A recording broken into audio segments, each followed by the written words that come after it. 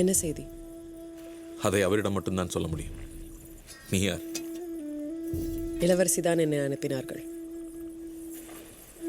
உண்மையாகவா? என்ன சொன்னார்கள்?